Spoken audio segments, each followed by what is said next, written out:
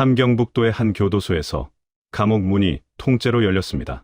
그것도 죄수들 손으로 열린 게 아니었습니다. 총을 쥔 간수들이 직접 문을 열어젖힌 것입니다. 죄수복 차림의 수십 명이 줄을 지어 어둠 속으로 사라지는 그 광경 앞에서 북한 보위부는 처음에 자신들의 눈을 의심했다고 합니다. 교도소를 지키던 간수들이 55명의 죄수들을 이끌고 국경을 향해 달리기 시작했으니까요. 과연 간수들은 왜 자신들이 지키던 죄수들을 데리고 탈출을 결심했을까요? 그리고 그 죄수들은 대체 무슨 죄를 지었기에 그 차디찬 수용소에 갇혀 있었던 걸까요? 보위부의 총탄 속에서 55명은 과연 살아 돌아올 수 있었을까요? 지금부터 그 이야기를 들려드리겠습니다. 이 영상이 도움이 되셨다면 구독과 좋아요 부탁드립니다. 여러분의 관심이 더 많은 탈북민들의 진실된 이야기를 전할 수 있는 힘이 됩니다. 그 모든 것은 이렇게 시작되었습니다. 제가 처음 그 수용소에 발령받은 건 이른 봄이었습니다. 함경북도 온성군 두만강이 바로 코앞에 있는 그 국경 마을 출신인 저는 군대를 마치고 나서 당에서 시키는 대로 교도소 간수 자리에 앉게 됐습니다. 그 시절엔 그게 그나마 괜찮은 직업이었거든요. 배급도 나오고 제복도 주고 국가가 먹여 살려준다고 했으니까요. 제 고향 온성은 말이죠. 여러분도 아시다시피 두만강을 사이에 두고 중국 땅이 손에 잡힐 듯 가까운 곳입니다. 맑은 날엔 강 건너 중국 마을의 불빛이 보일 정도였으니까요. 어릴 때 저는 그 불빛을 보면서 저건 자본주의에 썩어빠진 빛이라고 배웠습니다. 학교에서 그렇게 가르쳤거든요. 그 말을 저는 의심 없이 믿었습니다. 어린 마음에 그게 전부인 줄 알았으니까요. 가을이면 두만강변에 억새풀이 하얗게 피었습니다. 어머니는 해마다 그 억새를 한 알음 베어다가 처마 밑에 걸어두셨어요. 아버지는 새벽같이 일어나 강가에서 은어를 잡아오셨고 어머니는 그걸 소금에 절여 겨울 내내 밑반찬으로 쓰셨지요. 그 냄새가 지금도 눈에 선합니다. 아니, 코에 선합니다. 하하, 여러분도 고향 음식 냄새는 평생 잊히지 않으시잖아요. 저도 마찬가지입니다. 그 은어 냄새만 맡으면 어머니 얼굴이 먼저 떠오르거든요. 그런데 제가 발령받은 그 수용소는 고향에서 그리 멀지 않은 곳이었는데도 전혀 다른 세상이었습니다. 정식 명칭은 입 밖에 낼 수도 없고 그냥 저희끼리는 관리소라고 불렀습니다. 북한에서 관리소라고 하면 여러분도 대강 감이 오시죠? 일반 감옥보다 한 단계 위인 그야말로 사람이 들어가면 언제 나올지 모르는 곳이었습니다. 처음 배치받던 날을 지금도 생생히 기억합니다. 철문을 들어서는 순간 냄새가 먼저 왔습니다. 쾌쾌하고 눅눅한 사람 냄새인지 흙 냄새인지 모를 그 냄새. 저는 속으로 이런 데서 내가 일을 해야 하는구나 싶어서 살짝 겁이 났습니다. 하지만 입 밖으론 내색하지 않았습니다. 간수가 겁을 내면 안 된다고 선임들이 으름장을 놨거든요. 수용소 하루는 새벽 5시에 시작됩니다. 기상종이 울리면 죄수들은 일제히 일어나 점호를 받고 그 뒤엔 각자 맡은 노동구역으로 끌려갑니다. 농사일, 채석 작업, 공장 노동 몸이 성한 사람은 모두 내보내지요. 간수들은 그 옆에 서서 감시하는 게 주 업무였습니다. 듣기엔 그럴듯해 보이지만 실상은 우리도 그 추위와 더위를 고스란히 맞으면서 서 있어야 했습니다. 문제는 배급이었습니다. 제가 처음 부임했을 때만 해도 간수들한테는 그나마 쌀이 조금씩 나왔습니다. 죄수들 몫은 옥수수 가루에 소금국이 전부였지만 우리는 그것보다는 좀 낫다고 위안을 삼았지요. 그런데 해가 가면 갈수록 그 배급이라는 게 줄어들기 시작하더니 어느 해 겨울부턴가 아예 제때 나오지를 않는 겁니다. 처음 한 달을 건너뛰었을 때는 상부에서 뭔가 사정이 있나 보다 싶었습니다. 2달이 되자 슬슬 불안해졌습니다. 3달째가 됐을 때 저는 처음으로 제 선임 간수에게 넌지시 물었습니다. 동무, 이게 언제까지 이러는 겁니까? 우리 식구들은 어떻게 먹고 삽니까? 그 선임은 담배 연기를 한 모금 길게 내뱉더니 이렇게 말했습니다. 위에서 알아서 할 거야. 키는 거나 잘해. 그게 다였습니다. 더 이상 물을 수가 없었습니다. 그 시절 북한 사람들 사이에서 고난의 행군이라는 말이 돌았습니다. 우리 어르신들, 전쟁 때 고생하신 분들이라면 그 말의 무게를 아실 겁니다. 말은 그럴싸하지만 실상은 먹을 게 없어서 사람들이 죽어나가는 시절이었습니다. 장마당이라고, 우리나라로 치면 재래시장 같은 데서 사람들이 몰래 물건을 사고 팔기 시작했고, 국가 배급만 믿다가는 굶어 죽겠다 싶어서 다들 알아서 살기를 찾아야 했던 때였습니다. 그런데 그 어려움이 수용소 담장 안이라고 비껴가겠습니까? 담장 밖 사람들이 굶으면 담장 안 사람들은 더 굶는 법입니다. 죄수들 배급은 가뜩이나 적었는데 거기서 또 줄었습니다. 하루에 옥수수 가루 한 줌, 소금국 한 그릇, 그게 전부였습니다. 사람이 그걸로 하루를 버텨야 하는 겁니다. 노동은 또 얼마나 혹독했겠습니까? 영하 20도가 넘는 한겨울에도 채석장엔 쉬는 날이 없었습니다. 맨손에 손이 얼어 터지고 발가락 감각이 없어진 채로 돌을 깨는 사람들. 그걸 바라보고 서 있는 저도 손발이 얼기는 마찬가지였습니다. 여러분, 한겨울에 야외에서 꼼짝 않고 서 있어 보신 적 있으십니까? 1시간만 서 있어도 발이 땅에 붙는 것 같은 느낌이 드시잖아요. 저는 그걸 매일같이 했습니다. 우리도 사람인데 말이죠. 그때부터였던 것 같습니다. 우리가 지키는 건지, 같이 갇힌 건지라는 생각이 처음으로 머릿속을 스친 게, 물론 그때는 그냥 지나가는 생각이었습니다. 간수가 그런 생각을 입 밖에 내는 순간, 그 사람도 저 안에 들어가는 거니까요. 그래서 저는 그 생각을 꾹꾹 눌러 담았습니다. 그냥 참았습니다. 그게 살아남는 방법이었으니까요. 제가 수용소에서 처음 맞은 겨울이 지나고 두 번째 봄이 왔을 때, 저는 간수장 직책을 맡게 됐습니다. 나이도 있고, 군 경력도 있고, 당원이라는 이유에서였지요. 간수장이 되면 뭔가 달라질 줄 알았습니다. 책임이 더 커진 만큼 위에서 더 챙겨줄 줄 알았지요. 하지만 달라진 건 아무것도 없었습니다. 오히려 더 외로워졌습니다. 아래 간수들 사기를 챙겨야 하고, 위에는 숫자를 보고해야 하고, 그 사이에서 저 혼자 끙끙 앓아야 하는 자리였습니다. 배급이 줄었다고 위에 올리면 알아서 해결하라는 답이 왔고, 죄수가 병들었다고 보고하면 노동력 유지하라는 명령이 떨어졌습니다. 제가 할 수 있는 일이 아무것도 없었습니다. 그 무렵, 저는 이따금 밤에 혼자 수용소 담장 끝 초소에 올라가곤 했습니다. 거기서 두만강, 너머 중국 쪽 불빛을 바라봤지요. 어릴 때 자본주의의 썩은 빛이라고 배웠던 그 불빛을. 그런데 그 불빛이 그때는 다르게 보였습니다. 그냥 따뜻해 보였습니다. 먹고 사는 사람들이 켜놓은 불빛처럼 보였습니다. 저는 그런 생각을 한 제 자신이 무서웠습니다. 얼른 눈을 돌려 다른 데를 쳐다봤습니다. 아직은 그게 전부였습니다. 담장 안에 갇힌 것들이 무엇인지 저는 아직 제대로 보지 못했거든요. 그것을 제 눈으로 똑똑히 보게 되는 날이 오기 전까지는 말입니다. 그리고 그날은 생각보다 훨씬 빨리 찾아왔습니다. 그날도 여느 때와 다름없는 아침이었습니다. 새벽 5시 기상종이 울리고 점호가 끝나자마자 저는 간수장 사무실에 앉아 이송 서류를 넘기고 있었습니다. 새로 들어오는 죄수들 명단이었습니다. 저는 그 서류를 매달 받았습니다. 처음엔 그냥 숫자였습니다. 몇 명이 들어오고, 몇 명이 나가고, 몇 명이 더 이상 나가지 못하고 그냥 숫자로만 봤습니다. 그게 편했거든요. 사람으로 보기 시작하면 이 일을 못한다고 선임들이 입버릇처럼 말했으니까요. 그런데 그날은 달랐습니다. 새로 이송된 죄수들이 트럭에서 내리는 걸 마당에서 지켜보다가 저는 무심코 한 사람과 눈이 마주쳤습니다. 50대쯤 돼 보이는 여자였습니다. 머리는 헝클어지고 얼굴엔 멍이 들어 있었습니다. 그런데 그 눈빛이 무너지지 않았습니다. 겁에 질린 눈도 아니고 울부짖는 눈도 아니었습니다. 그냥 조용히 담담하게 저를 바라보는 눈이었습니다. 마치 나는 아무 잘못도 하지 않았습니다라고 말하는 것 같은 눈이었습니다. 저는 얼른 시선을 피했습니다. 그리고 사무실로 돌아와 그 사람 서류를 찾아봤습니다. 죄목란에는 이렇게 적혀 있었습니다. 종교 서적, 소지 및 유포, 성경이었습니다.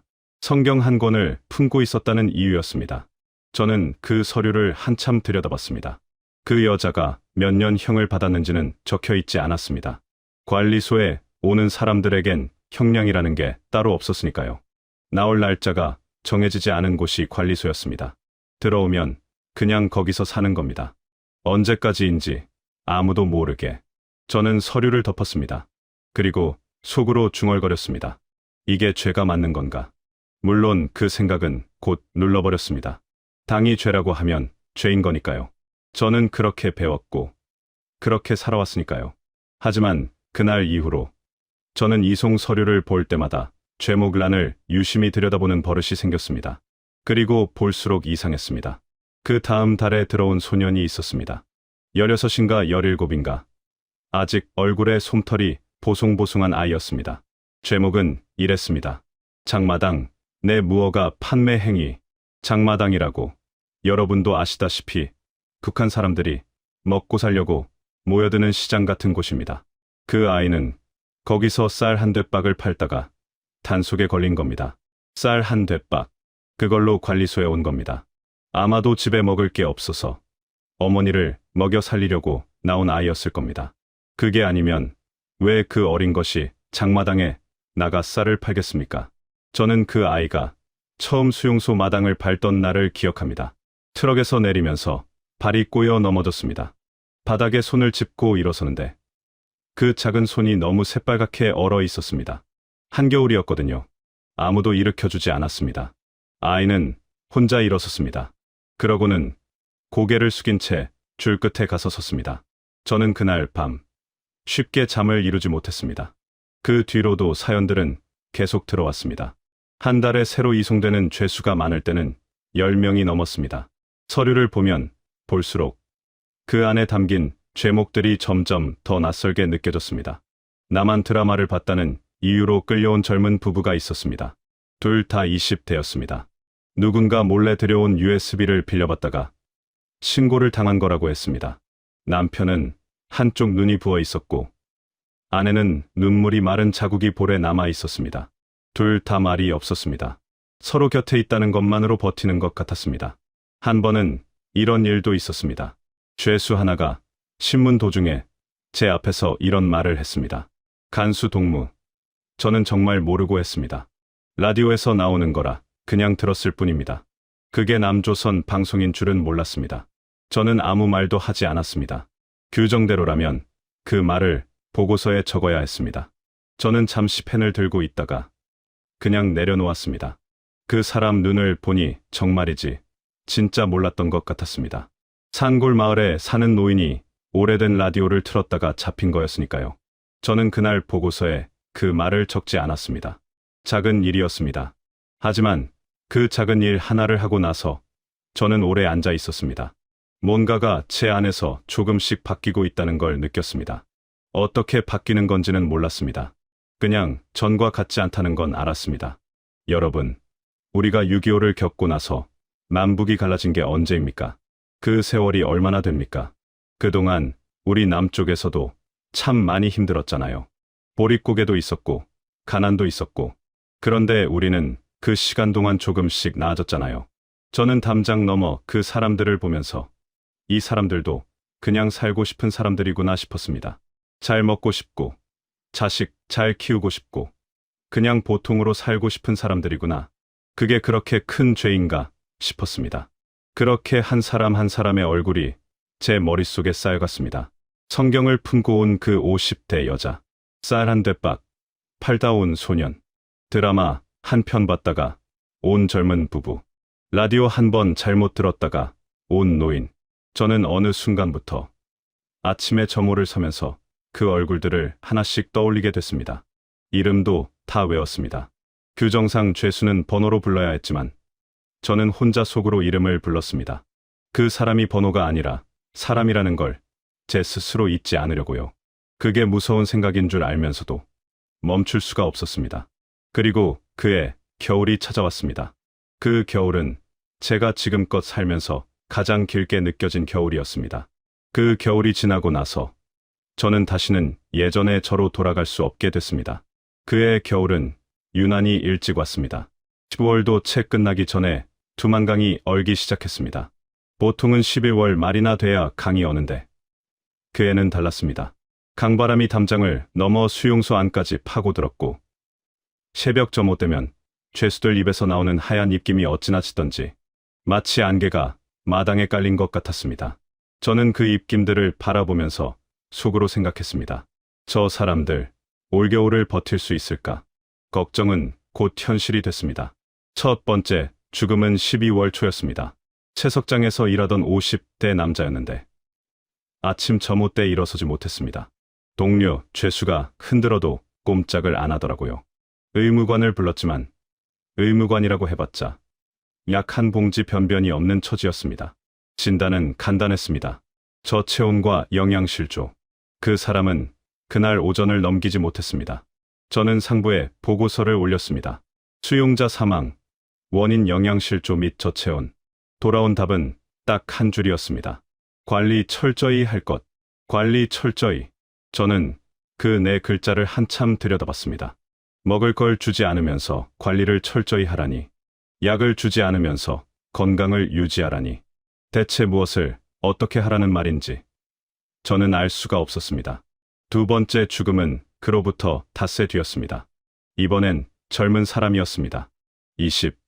20대 후반이었으니까요. 나만 드라마를 봤다가 잡혀온 그 젊은 부부 중에 남편이었습니다. 며칠째 기침을 달고 살더니 어느 날 새벽에 자다가 그대로 숨을 거뒀습니다. 옆에서 자던 아내가 아침에 남편을 깨우려다 차가워진 몸을 발견한 겁니다. 그 아내의 비명 소리가 지금도 귓가에 남아 있습니다. 말이 아니었습니다. 짐승 같은 소리였습니다. 사람이 그렇게 울 수 있구나 싶었습니다. 간수 몇 명이 달려가서 말렸는데 그 여자는 남편 몸을 붙잡고 놓지 않았습니다. 결국 강제로 떼어내야 했습니다. 저는 그 장면을 보면서 그 자리에 굳어버렸습니다. 발이 떨어지지 않았습니다. 뭔가를 해야 한다는 생각과 아무것도 할 수 없다는 생각이 동시에 올라오면서 머릿속이 하얘지는 것 같았습니다. 다시 보고서를 올렸습니다. 다시 같은 답이 왔습니다. 관리 철저히 할 것. 저는 그 종이를 구겨버렸습니다. 사무실에 혼자 있을 때였습니다. 구겨서 바닥에 던지고 한참 그대로 앉아 있었습니다. 그러다 다시 주워서 펴고 서류함에 집어넣었습니다. 증거를 없애면 안 된다는 생각에서가 아니라 그냥 그렇게 하지 않으면 제가 더 이상해질 것 같아서였습니다. 세 번째 죽음은 12월 초였습니다. 이번엔 죄수가 아니었습니다. 제 부하 간수 중에 유성민이라는 친구가 있었습니다. 저보다 6살 아래인 28살 먹은 총각이었습니다. 고향이 청진인데 어머니 혼자 청진에 계시다고 했습니다. 배급이 끊기고 나서부터 그 친구는 점점 말수가 줄었습니다. 밥도 잘 못 먹는다고 했지요. 집에 보내줄 게 없으니 어머니 생각에 잠도 못 잔다고 했습니다. 어느 날 아침 점호 때 유성민이 나타나지 않았습니다. 숙소에 가보니 이불을 뒤집어 쓰고 누워 있었습니다. 흔들었더니 눈은 뜨는데 일어서질 못했습니다. 다리에 힘이 없다고 했습니다. 얼굴빛이 흙빛이었습니다. 영양실조였습니다. 간수가 영양실조로 쓰러진 겁니다. 저는 그날 제 점심을 유성민 숙소에 갖다 뒀습니다. 옥수수 가루 범벅의 소금국이었지만 그게 제가 가진 전부였습니다. 유성민은 받아서 천천히 먹었습니다. 다 먹고 나서 저를 올려다보더니 이렇게 말했습니다. 간수장 동무, 우리 언제까지 이러고 살아야 합니까? 저는 아무 말도 못했습니다. 뭐라고 해야 할지 몰랐습니다. 괜찮다고 말하기엔 괜찮지 않았고 모르겠다고 말하기엔 너무 솔직한 것 같았습니다. 저는 그냥 그 친구 어깨를 한번 두드려주고 나왔습니다. 숙소 문을 나서는데 복도가 어찌나 차던지요. 벽에 성에가 끼어 있었습니다. 한겨울 교도소 복도 벽에 성에가 끼는 곳, 사람이 사는 곳이 맞나 싶었습니다. 그 무렵부터 간수들 사이에서 낮은 목소리로 말들이 돌기 시작했습니다. 밥자리에서도 야간 당직을 서면서도 아무도 없는 것 같을 때 슬며시 꺼내는 말들이었습니다. 우리도 죽겠다. 처음엔 한 명이 했습니다. 저는 못 들은 척했습니다. 그런데 며칠이 지나자 2명이 됐습니다. 그리고 또 며칠이 지나자 대놓고 말하지는 않아도 다들 그 생각을 하고 있다는 걸 느낄 수 있었습니다. 눈빛이 말해줬습니다. 밥그릇을 드는 손이 떨리는 게 말해줬습니다. 저는 밤마다 혼자 앉아서 생각했습니다. 이 사람들을 내가 어떻게 해야 하는가? 간수장으로서 이 사람들 앞에서 나는 무엇을 할 수 있는가? 상부에 호소해봤자 소용없다는 걸 이미 알았습니다. 보고서를 올려도 관리 철저히 하라는 말만 돌아왔으니까요. 식량을 어디서 구해볼 생각도 해봤지만 수용소 주변에 그걸 구할 방법이 없었습니다. 담장 밖도 사정이 다르지 않았으니까요. 그러던 어느 밤이었습니다. 저는 또 초소에 올라가 두만강 너머를 바라봤습니다. 그 익숙한 불빛들, 중국 쪽 마을의 불빛들. 여러분, 굶어본 적 있으십니까? 진짜로 며칠을 제대로 못 먹어본 적 있으십니까? 보릿고개 때 고생하신 어르신들은 아실 겁니다. 배가 고프면 눈에 보이는 모든 빛이 따뜻해 보입니다. 저도 그랬습니다. 그 불빛들이 밥 짓는 연기처럼 보였습니다. 따뜻한 밥 한 그릇처럼 보였습니다. 저는 그 자리에서 오랫동안 서 있었습니다. 머릿속에서 뭔가가 천천히 정리되고 있었습니다. 아직 말로 꺼낼 수 있는 생각이 아니었습니다. 하지만 분명히 움직이고 있었습니다. 오랫동안 꽁꽁 눌러놓았던 것들이 서서히 수면 위로 올라오는 느낌이었습니다. 담장 안에서 사람이 죽었습니다. 죄수도 죽고 간수도 쓰러졌습니다. 위에선 아무것도 하지 않았습니다. 그리고 저는 더 이상 그냥 서 있을 수만은 없다는 걸 느끼기 시작했습니다. 이대로는 안 된다. 그 생각이 처음으로 선명하게 제 머릿속에 자리를 잡은 건 바로 그 밤이었습니다. 그 생각이 머릿속에 자리를 잡고 나서도 저는 한동안 움직이지 못했습니다. 생각과 행동 사이에는 엄청난 거리가 있습니다. 특히 북한에서는요. 마음속으로 아무리 이대로는 안 된다고 외쳐도 그 생각을 입 밖에 꺼내는 순간 그 사람의 인생은 끝나는 겁니다. 저는 그걸 너무나 잘 알고 있었습니다. 제가 바로 그 끝을 집행하는 사람이었으니까요. 그래서 저는 또 눌렀습니다. 꾹꾹 눌러서 마음 제일 깊은 곳에 가라앉혀놓고 아무 일도 없는 것처럼 아침 점호를 섰습니다. 서류를 넘겼습니다. 순찰을 돌았습니다. 밥을 먹었습니다. 그 밥이 목구멍으로 넘어가지 않는 것 같아도 억지로 넘겼습니다. 그렇게 또 며칠이 지났습니다. 그런데 운명이라는 게 참 묘합니다. 제가 스스로 결단을 내리지 못하고 있을 때 그 결단을 재촉하는 일이 생겼습니다. 12월 중순의 일이었습니다. 저는 저녁 순찰을 돌다가 죄수 수용구역 안쪽에서 이상한 소리를 들었습니다.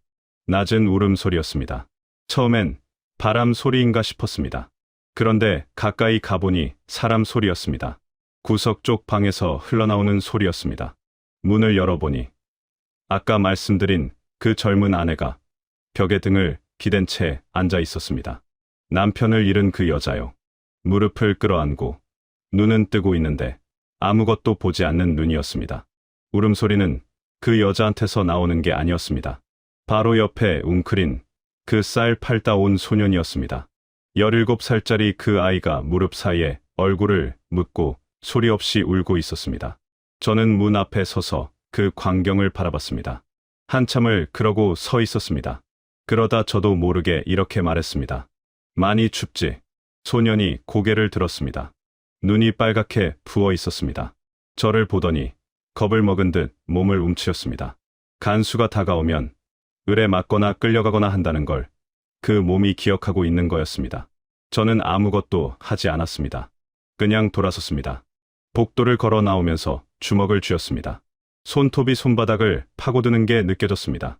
그 통증이 오히려 반가웠습니다.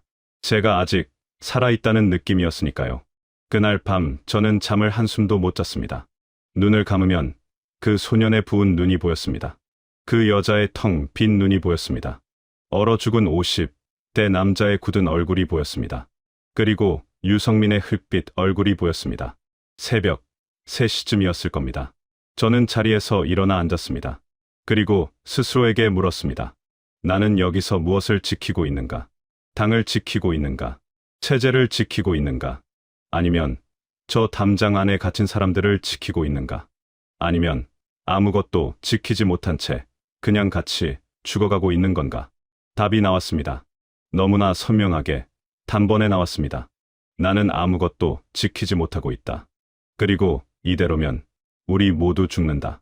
그 생각이 자리를 잡자 오히려 마음이 고요해졌습니다. 두려움이 사라진 게 아니었습니다. 두려움보다 더 큰 무언가가 그 자리를 차지한 것 같았습니다. 저는 그게 뭔지 그때는 몰랐습니다. 지금 생각해보면 그건 결단이었습니다. 다음 날 저녁, 저는 간수 7명을 한 명씩 따로 불렀습니다. 대놓고 부르지 않았습니다. 순찰을 돌다가 마주치는 척, 담배를 나눠주는 척, 자연스럽게 자리를 만들었습니다. 그리고 아무도 없는 곳에서 딱 한마디만 했습니다. 여기 있다간 우리도 다 죽는다. 나는 나갈 생각이다. 같이 갈 생각 있으면 오늘 밤 12시에 창고 뒤로 와라. 그게 전부였습니다. 더 이상 말하지 않았습니다. 오는 사람은 오는 거고, 안 오는 사람은 안 오는 거였습니다. 강요할 수 없었습니다. 이건 각자가 목숨을 걸고 결정해야 하는 일이었으니까요. 그날 밤 12시, 창고 뒤에 몇 명이 나타났을까요? 7명, 전원이었습니다. 저는 그걸 보고 한동안 아무 말도 못했습니다. 다들 말이 없었습니다. 어둠 속에서 서로 얼굴만 봤습니다. 그 눈빛들이 다 같은 말을 하고 있었습니다. 우리 죽지 말자. 그 말이었습니다. 제가 먼저 입을 열었습니다. 죄수들한테도 알려야 한다. 우리끼리만 가면 안 된다. 처음에 한 명이 말했습니다. 간수장 동무, 죄수들을 어떻게 믿습니까? 우리가 문을 여는 순간 달려들지 않겠습니까? 저는 고개를 저었습니다. 저 사람들도 죽어가고 있다. 죽어가는 사람이 달려들 힘이 어디 있겠나. 그리고 저 사람들 죄목받지 않나. 성경 들고 있었다고, 쌀 한 대박 팔았다고, 드라마 한 번 봤다고 끌려온 사람들이다. 우리가 저 사람들을 두고 우리만 살겠다고 나가면 그게 사람이 할 짓인가? 아무도 말하지 않았습니다. 잠시 침묵이 흘렀습니다. 그러다 유성민이 먼저 고개를 끄덕였습니다. 그 모습을 보고 나머지도 하나씩 고개를 끄덕였습니다. 그렇게 결정이 났습니다. 다음 날 밤, 저는 수용구역을 순찰하는 척하며 안으로 들어갔습니다. 그리고 신뢰할 수 있어 보이는 죄수 몇 명에게 조용히 귀를 기울이게 했습니다. 처음에 그 사람들 반응이 어땠는지 아십니까? 아무도 믿지 않았습니다. 당연한 일이었습니다. 간수가 문을 열어주겠다고 하면 북한에서 그건 10중 8구 덫입니다. 탈출을 시도하는 죄수를 색출하기 위해 미끼를 던지는 거니까요. 한 중년 남자가 저를 빤히 쳐다보더니 이렇게 말했습니다. 우리를 시험하는 겁니까? 저는 그 눈을 똑바로 보면서 말했습니다. 아니다. 나는 지금 내 목숨을 걸고 이 말을 하고 있다. 믿고 싶지 않으면 안 와도 된다. 하지만 여기 있으면 우리 모두 이 겨울을 넘기지 못한다. 그건 당신들도 알지 않느냐? 그 남자가 한참 저를 바라봤습니다. 그러더니 천천히 옆 사람에게 고개를 돌렸습니다. 그 옆 사람이 또 그 옆 사람에게 눈빛을 보냈습니다. 그렇게 말이 퍼졌습니다. 이틀 뒤 밤, 연병장의 불을 끄고 죄수들을 불러 모았습니다. 몇 명이나 나올지 몰랐습니다. 10명이면 많은 거라고 생각했습니다. 어둠 속에서 사람들이 하나씩 나타나기 시작했습니다. 2, 3, 5, 10 계속 나왔습니다. 20, 30, 그리고 40을 넘어서도 계속 나왔습니다. 저는 그 숫자를 세다가 멈췄습니다. 간수 8명에 죄수 47명, 55명이 어둠 속에 서 있었습니다. 아무 말도 없이 숨소리만 들렸습니다. 하얀 입김들이 어둠 속에 피어올랐습니다. 저는 그 얼굴들을 천천히 둘러봤습니다. 성경을 품고 온 그 여자, 쌀 팔다 온 소년, 남편을 잃은 젊은 아내, 라디오 한 번 잘못 들은 노인, 그리고 굶주림에 지쳐 흙빛이 된 제 부하들. 저는 그들 앞에 서서 말했습니다. 오늘 밤 우리는 같이 간다. 죽으면 같이 죽고 살면 같이 산다. 뒤에 남는 사람은 없다. 알겠나? 아무도 소리 내지 않았습니다. 하지만 그 고요함이 전부였습니다. 그것으로 충분했습니다. 그날 밤 거사는 자정 이후로 잡았습니다.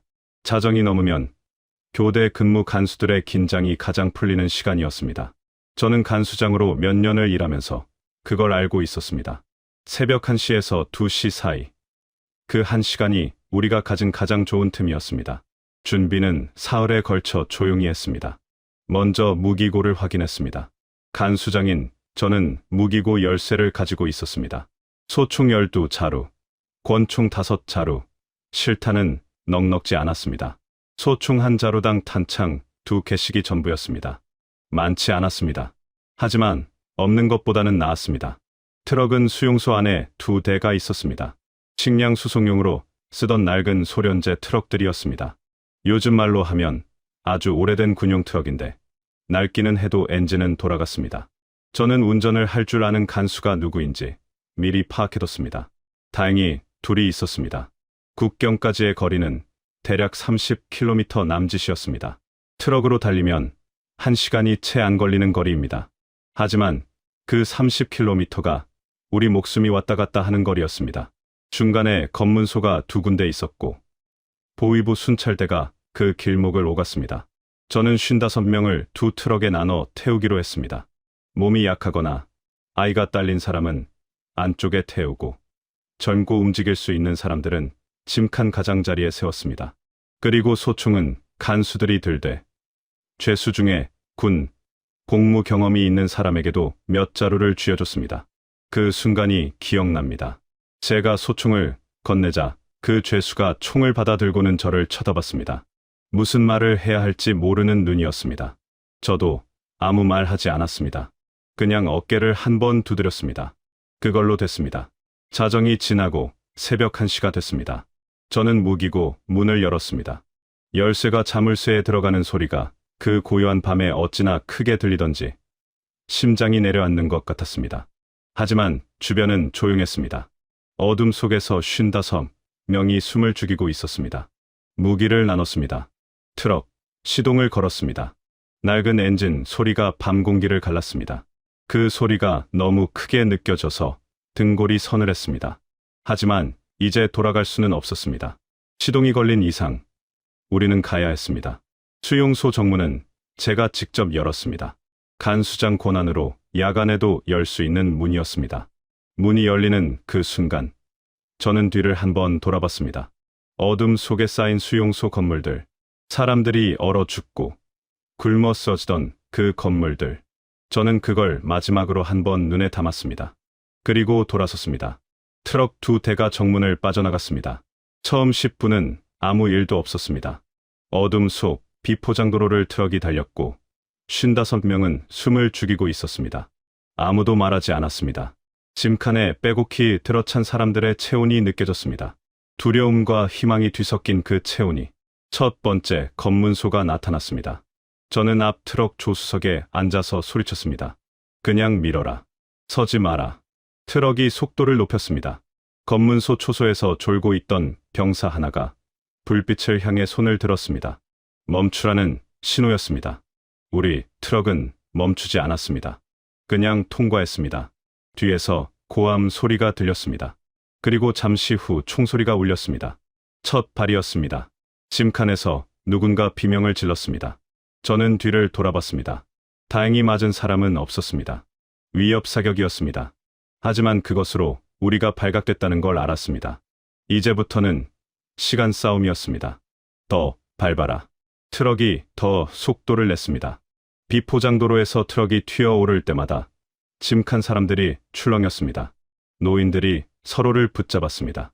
아이 손을 잡은 어머니가 아이를 끌어안았습니다. 소녀는 짐칸 가장자리를 2 손으로 붙잡고 이를 악물었습니다. 15분쯤 달렸을 때 뒤에서 불빛이 보이기 시작했습니다. 보이부였습니다. 차량 2대가 우리를 쫓아오고 있었습니다. 헤드라이트가 어둠을 가르며 빠르게 가까워졌습니다. 그리고 총소리가 다시 울렸습니다. 이번엔 이협 사격이 아니었습니다. 우리 트럭을 겨냥한 사격이었습니다. 뒤 트럭 짐칸 가장자리에 서 있던 간수 하나가 신음 소리를 냈습니다.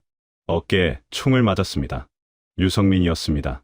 그 친구가 한 손으로 어깨를 틀어막으면서도 자리에서 내려오지 않았습니다. 반대 손으로 소총을 들고 뒤쪽을 향해 응사했습니다. 저는 그 모습을 보면서 가슴이 내려앉았습니다. 동시에 그 친구가 자랑스러웠습니다. 며칠 전까지만 해도 영양실조로 써져 있던 친구가 어깨에 총을 맞고도 버티고 있었으니까요. 총격전이 시작됐습니다. 우리 쪽 소총과 뒤따르는 보위부 차량 사이에 총탄이 오갔습니다. 어둠 속에서 총구 불꽃이 번쩍이고 그 불꽃이 꺼지기도 전에 다음 불꽃이 피었습니다. 짐칸 안쪽에 있던 사람들은 바닥에 엎드렸습니다. 서로의 몸 위에 엎드렸습니다. 위에 있는 사람이 아래 사람을 지키는 꼴이었습니다. 그러면서도 아무도 소리를 지르지 않았습니다. 이를 악물고 버텼습니다. 저는 앞만 봤습니다. 어둠 속 도로를 봤습니다. 국경까지 얼마나 남았는지 머릿속으로 계속 계산했습니다. 15km, 10km, 8km. 두 번째 검문소를 그냥 돌파했습니다. 이번엔 병사들이 미리 총을 들고 서 있었습니다. 우리 트럭이 속도를 줄이지 않고 돌진하자 옆으로 비켜섰습니다. 그 순간 양쪽에서 총이 울렸습니다. 트럭 측면에 탄은이 박혔습니다. 뒤 유리가 박살났습니다. 하지만 트럭은 멈추지 않았습니다. 탄약이 줄어들기 시작했습니다. 유성민이 뒤에서 외쳤습니다. 간수장 동무, 탄창이 하나밖에 안 남았습니다. 저는 대답했습니다. 아껴라. 꼭 필요할 때만 써라. 보위부 차량은 계속 따라왔습니다. 간격이 좁혀지고 있었습니다. 우리 트럭이 낡아서 속도에 한계가 있었고 상대방 차는 상대적으로 빨랐습니다. 이 속도라면 국경에 닿기 전에 따라잡힐 것 같았습니다. 저는 이를 악물었습니다. 그 순간이었습니다. 앞쪽 어둠 속에서 희미한 불빛이 보였습니다. 처음엔 마을 불빛인가 싶었습니다. 그런데 아니었습니다. 규칙적으로 배열된 불빛이었습니다. 초소 불빛이었습니다. 남측 초소였습니다. 운전하던 간수가 소리쳤습니다. 간수장 동무, 앞에 불빛이 보입니다. 저는 그 불빛을 봤습니다. 그리고 눈을 의심했습니다. 꿈인가 싶었습니다. 몇 번을 눈을 비볐습니다. 불빛은 그대로 있었습니다. 흔들리지 않고 사라지지 않고 거기 있었습니다. 심칸에서도 누군가 봤는지 낮은 탄성이 흘러나왔습니다. 말소리가 아니었습니다. 그냥 숨이 새어나오는 소리였습니다. 55명의 숨이 동시에 새어나오는 소리였습니다. 뒤에선 여전히 총소리가 들렸습니다. 보위부는 포기하지 않았습니다. 탄은이 또 트럭 후미에 박혔습니다. 누군가 팔을 스치듯 맞았는지 작게 비명을 질렀습니다. 하지만 이제 그 불빛이 보였습니다. 이제 그 불빛이 보이는데 멈출 수는 없었습니다. 저는 소리쳤습니다. 다 엎드려라. 끝까지 엎드려라. 우리 거의 다 왔다. 트럭이 마지막 힘을 짜내듯 달렸습니다. 엔진 소리가 터질 듯 울부짖었습니다. 그 소리가 그날 밤 제가 들은 가장 아름다운 소리였습니다. 남측 초소의 불빛이 점점 가까워졌습니다. 트럭이 철조망 앞에 멈춰섰습니다. 엔진이 꺼지는 소리가 났습니다. 아니, 정확히는 스스로 꺼진 게 아니었습니다. 뒤 트럭이 보위부 차량과의 추격전 끝에 타이어를 맞았고 앞 트럭도 엔진 과열로 더 이상 달릴 수 없는 상태였습니다. 두 트럭 모두 철조망에서 불과 20-30m 앞에서 멈춰버린 겁니다. 저는 트럭에서 뛰어내렸습니다. 내려라. 다 내려라. 뛰어라. 심칸에서 사람들이 쏟아져 내렸습니다. 노인들이 내려오다 넘어졌습니다. 젊은 사람들이 그 손을 잡아 일으켰습니다. 소년이 옆에 있던 아주머니 손을 잡아 끌었습니다. 다들 달렸습니다.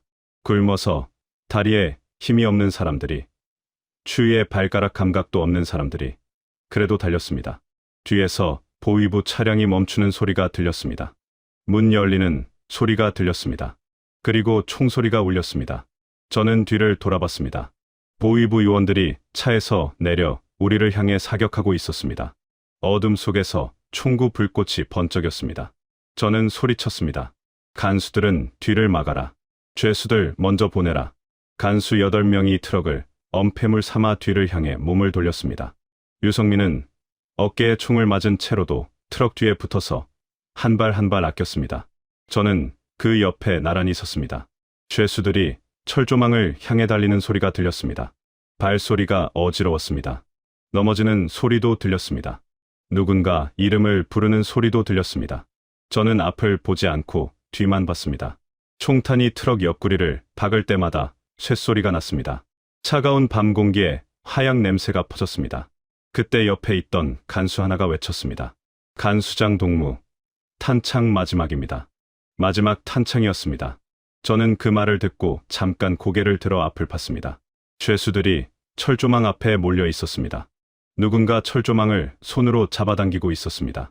맨손으로 잡아당기는 거였습니다. 손에서 피가 나도 놓지 않았습니다.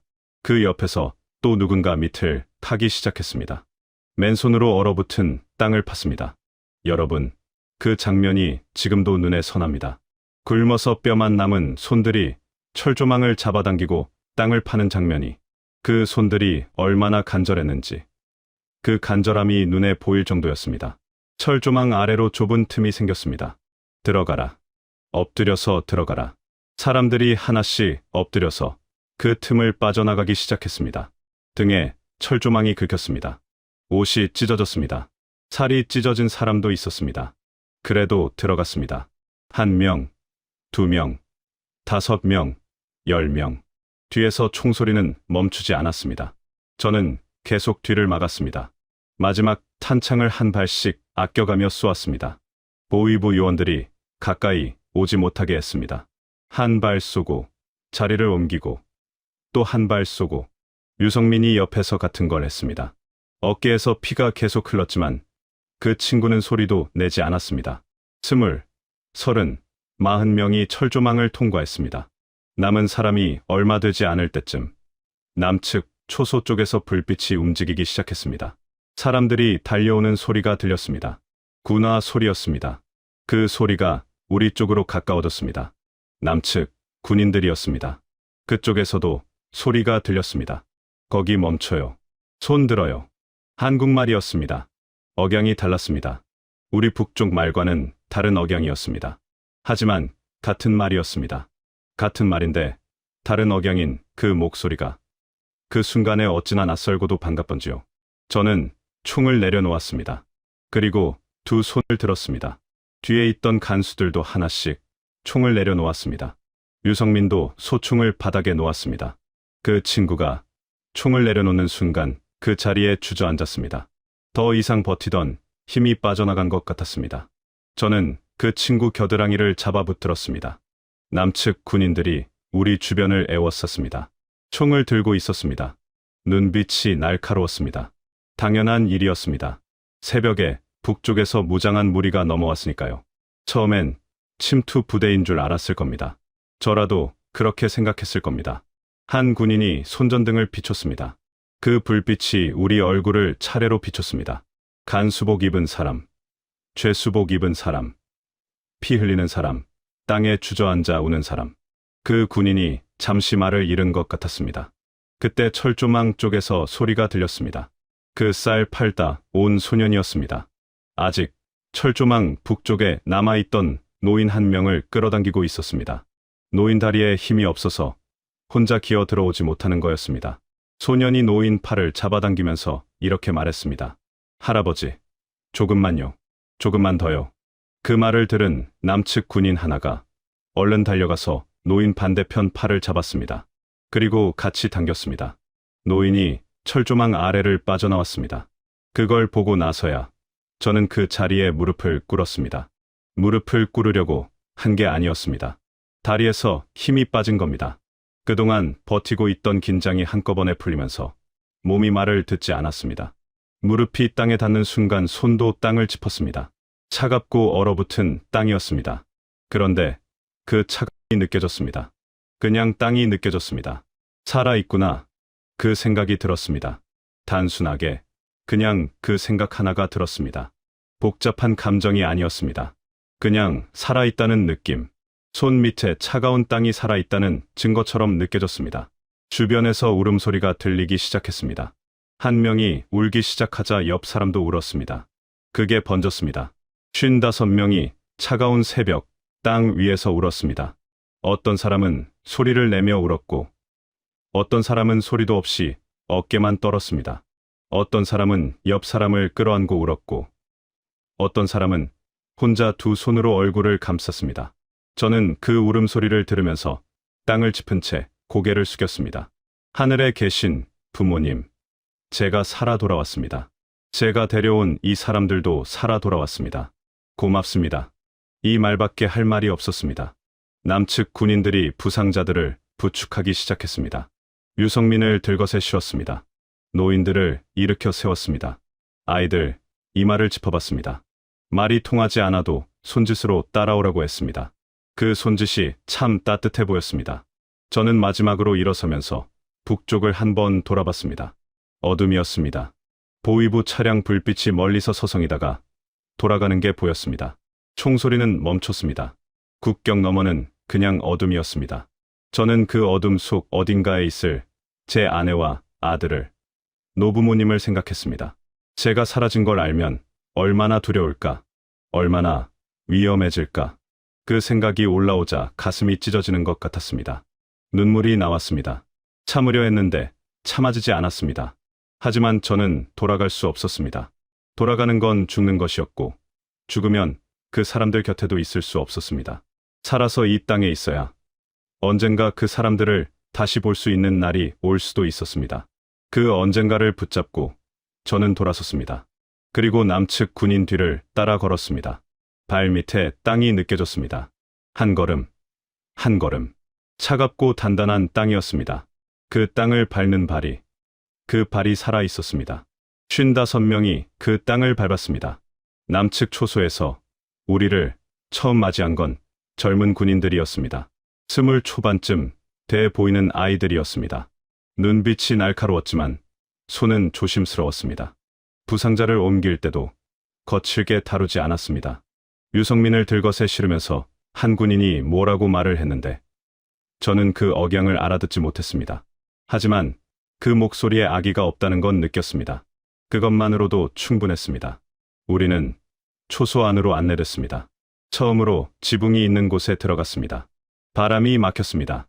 그 단순한 사실이 그토록 감격스러울 줄은 몰랐습니다. 노인 한 분이 실내에 들어서자마자 그 자리에 주저앉아 버렸습니다.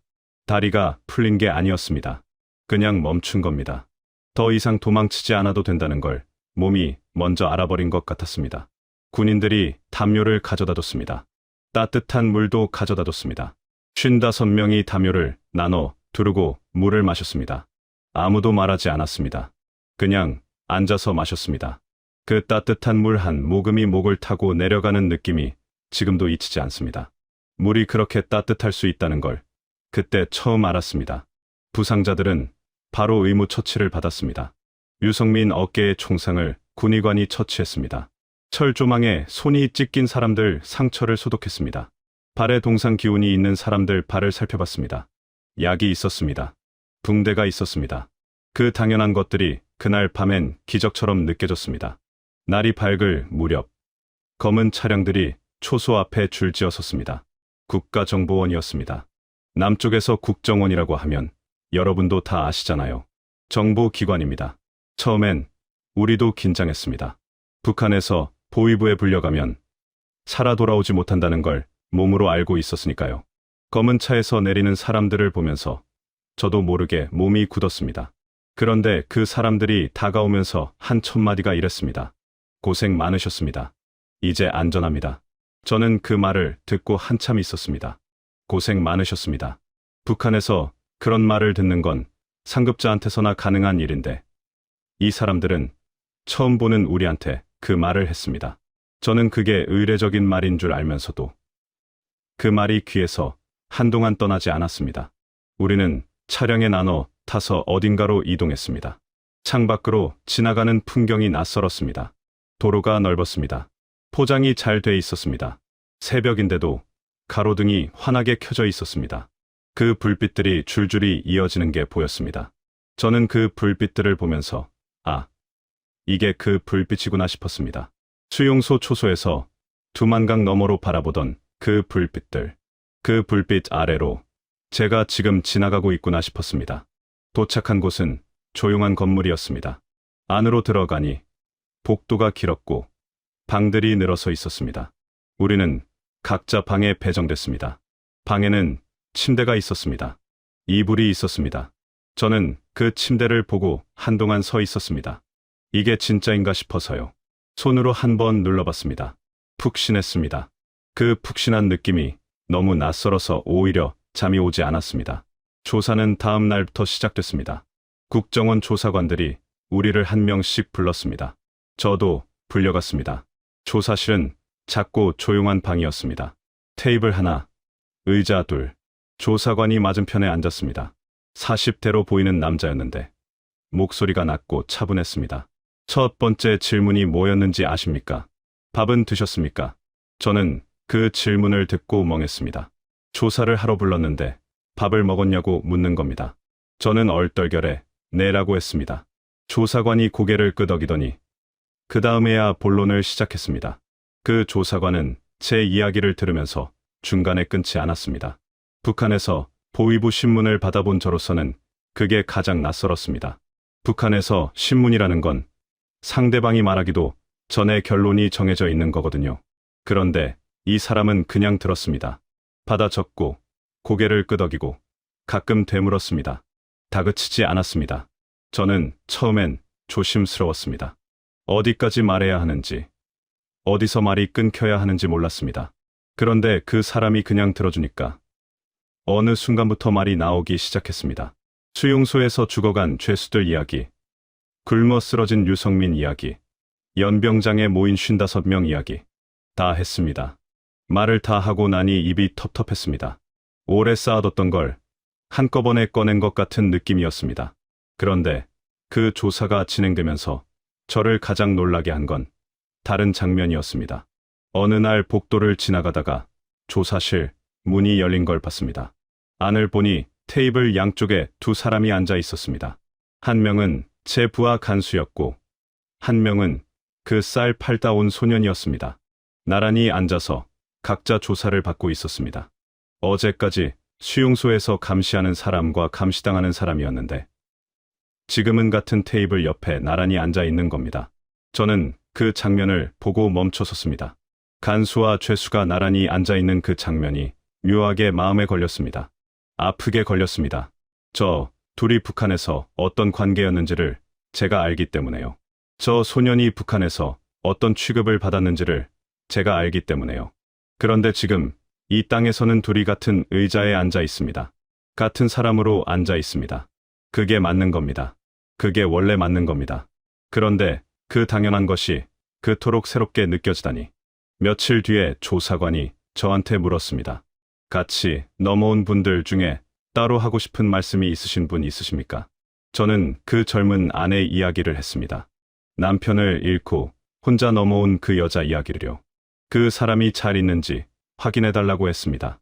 조사관이 적어뒀습니다. 그리고 며칠 후에 알려줬습니다. 그 여자가 심리 상담을 받고 있다고. 몸 상태는 괜찮다고. 저는 그 말을 듣고 한숨을 내쉬었습니다. 길게, 오래 쌓아둔 숨을 내쉬는 것 같은 한숨이었습니다. 조사 기간 동안 55명은 같은 건물에 있었습니다. 복도에서 마주치면 서로 눈인사를 했습니다. 말이 없어도 됐습니다. 같이 그 밤을 넘긴 사람들끼리는 눈빛만으로도 충분했습니다.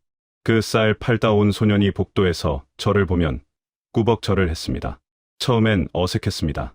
그냥 손을 들어 받아줬습니다. 어느 날 조사관이 제게 이런 말을 했습니다. 간 수장님, 여기서는 그냥 박성철 씨입니다. 간 수장도 아니고 북한 사람도 아니고 그냥 사람입니다. 저는 그 말을 듣고 한참 아무 말도 못했습니다. 그냥 사람. 그 말이 이렇게 크게 들릴 줄 몰랐습니다. 북한에서 저는 간 수장이었습니다. 당원이었습니다. 계급이 있었고 역할이 있었고 그 역할을 벗어나면 안 됐습니다. 그런데 여기서는 그냥 사람이라고 합니다. 이름 석 자만 있으면 된다고 합니다. 저는 그 말을 들은 날 밤에 오래 누워 있었습니다. 잠이 오지 않았습니다. 천장을 보면서 이것저것 생각했습니다. 북에 있는 아내 생각, 아들 생각, 부모님 생각. 지금쯤 어떻게 됐을까? 제가 사라진 걸 알았을 텐데 그 생각을 하면 가슴이 무너지는 것 같았습니다. 하지만 동시에 처음으로 이런 생각도 들었습니다. 나는 살아있다. 그리고 나는 지금 사람으로 대접받고 있다. 그 두 가지가 그 밤 제게 가장 큰 위안이었습니다. 조사가 끝나고 나서 우리는 하나씩 새 이름을 얻었습니다. 물론 진짜 이름이야 그대로지만 나만 주민등록이 생겼습니다.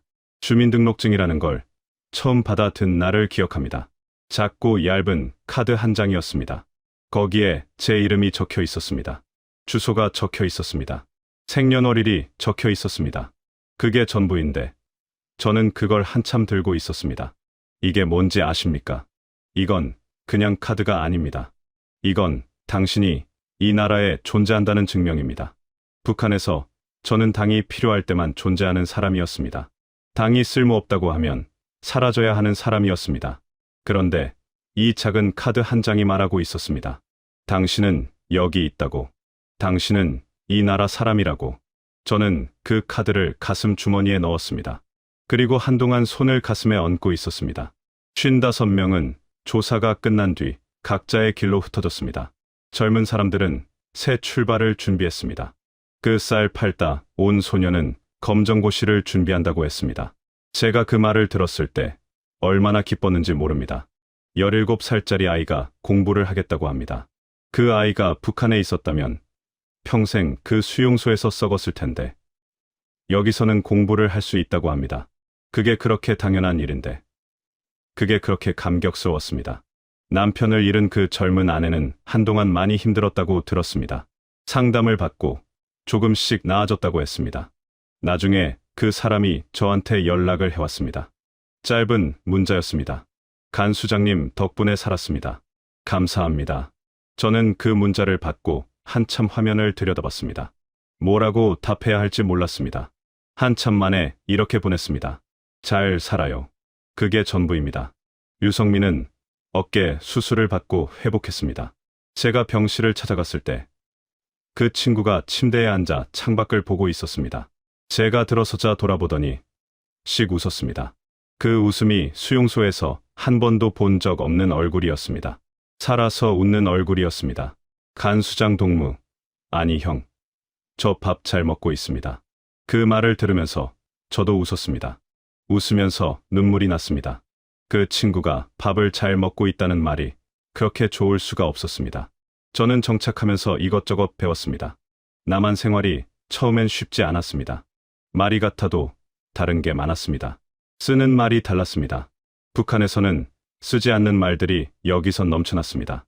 처음에 슈퍼마켓에 갔을 때 진열대 앞에서 한참 서 있었습니다. 물건이 그렇게 많을 수가 없었습니다. 뭘 골라야 할지 몰라서 그냥 아무거나 집었습니다. 그런데 그 아무거나를 고를 수 있다는 것 자체가 처음엔 그게 얼마나 큰 자유인지 실감이 나지 않았습니다. 여러분은 마트에 가서 물건을 고르는 게 당연하시잖아요. 그게 당연한 겁니다. 그런데 저한테는 그 당연한 게 당연하지 않았습니다. 그 당연하지 않음이 조금씩 당연해지는 게 정착이라는 거였습니다. 남한 생활에서 제일 먼저 적응한 게 뭔지 아십니까? 밤에 불 켜고 자는 겁니다. 수용소에서는 밤이 되면 전기가 끊겼습니다. 어둠 속에서 자는 게 습관이 됐습니다. 그런데 여기서는 밤에도 불을 켤 수 있었습니다. 처음엔 불을 켜고 자는 게 어색해서 꺼버렸습니다. 그러다 어느 날 밤에 불을 켜고 누워 천장을 봤습니다. 환한 천장이 보였습니다. 그게 그렇게 편안할 수가 없었습니다. 그날부터 불 켜고 잤습니다. 자유라는 게 거창한 게 아니더라고요. 불 켜고 자는 것, 먹고 싶은 걸 고르는 것, 가고 싶은 데 가는 것. 그 작은 것들이 모여서 자유였습니다. 그런데 그 자유를 누리면 누릴수록 북에 있는 사람들 생각이 더 많이 났습니다. 제 아내가 생각났습니다. 제가 사라지고 나서 얼마나 힘들었을까. 북한에서 간수가 탈북을 했으면 그 가족들은 어떻게 됩니까? 저는 그 답을 알고 있었습니다. 연좌제라고. 한 사람이 죄를 지으면 가족도 함께 벌을 받는 제도가 북한에 있습니다. 제 아내가, 아들이, 부모님이 그 벌을 받고 있을 것 같다는 생각이 들면 밥이 넘어가지 않았습니다. 잠이 오지 않았습니다. 저는 그 생각을 할 때마다 창밖을 봤습니다. 북쪽 하늘을 봤습니다. 거기 어딘가에 제 사람들이 있었습니다. 그 사람들한테 제가 할 수 있는 게 아무것도 없다는 게 가장 아팠습니다. 아버지, 생각도 많이 했습니다. 저희 아버지는 6.25 때 피란을 갔다가 돌아오지 못한 형을 평생 그리워하셨습니다. 형과 함께 피란을 갔다가 중간에 헤어졌는데 그 뒤로 소식이 끊겼다고 하셨지요.